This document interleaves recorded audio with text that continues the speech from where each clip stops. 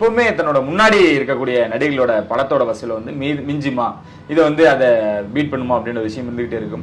கோட்லியோ தான் இப்போ அவங்களோட டார்கெட்டா இருக்கு. ஜிபியு எந்த நிலை என்ன நம்பர் கிட்டத்தட்ட பண்ணும் அப்படின்ற ஒரு நம்பிக்கை இப்போ வரைக்கும் வந்துருக்கு. இல்லை மேபி வந்து நான் கூட கேட்டப்போ 2-3 முறை கேட்டப்போ சார் அந்த ஃபர்ஸ்ட் டே ஃபர்ஸ்ட் ஷோ கண்டிப்பாக ஒரு 2 மணி 2:30 மணி வாக்கில் வந்து நாங்கள் என்ன நிலவரம்னு வந்து சொல்லிடுறோம்.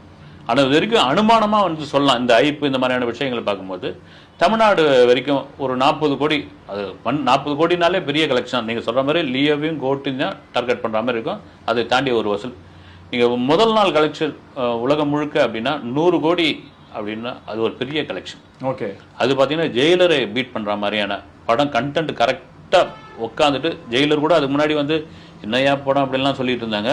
கரெக்டாக வந்து காவாலா சாங் மாதிரியான விஷயங்கள்லாம் உள்ள சேர்த்த பிறகு வேற மாதிரி ஆயிடுச்சு வந்து.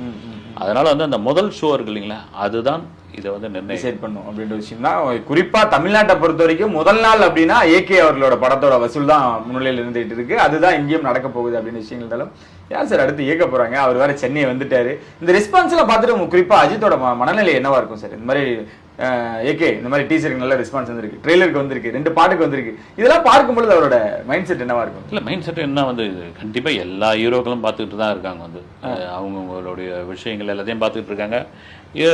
தொடர்ச்சியாக இது மாதிரி இப்போ இந்த படம் வந்து ஒர்க் அவுட் ஆகிடுச்சு, இந்த படம் ஹிட் அப்படின்னா நிச்சயமாக ஆதிக்கு கூப்பிட்டு ஒரு படம் கொடுப்பாரு வந்து. அடுத்த படமே கொடுத்தாலும் கொடுக்கலாம் வந்து கொடுப்பாரு. இதே ஜானரில் இதே மாதிரியான ஒரு விஷயத்தில் ஒரு படம் பண்ணுங்கள்னு சொல்லலாம் வந்து. இது ஆசை இதுதானே வந்து இது ஒர்க் அவுட் ஆகிடுச்சு இதை பண்ணுங்க அப்படின்னு வேற எதுவும் ரிஸ்க் எடுக்க வேணாம். நீங்கள் சொல்கிறது தான் வந்து ஒரு பெரிய தயாரிப்பாளர் யாரோ ஒருத்தர் வந்து படம் போடுறாரு.